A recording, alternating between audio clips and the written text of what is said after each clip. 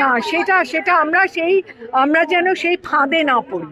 রাজনৈতিক দলরা নিজেদের মধ্যে খেই করছে, সেটা আমি শুধু বলতে পারি ছি, একেবারে ভেতর থেকে আমি ধিক্কার জানাচ্ছি সেটাকে।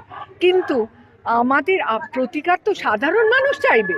সাধারণ মানুষ, সাধারণ নাগরিক, আমাদের তো একটা অধিকার আছে। আমরা তো করদাতা, আমরা কেন আমাদের দাবি ছাড়বো?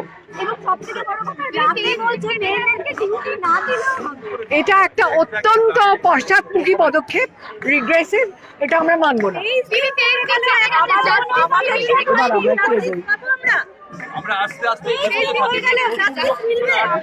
আমরা জানি না, আশা করছি মিলবে। আশা ছাড়া আমরা কি করতে পারি? সর্বোচ্চ আদালতের কাছে এটা রয়েছে, এতে আমার ভরসা আছে।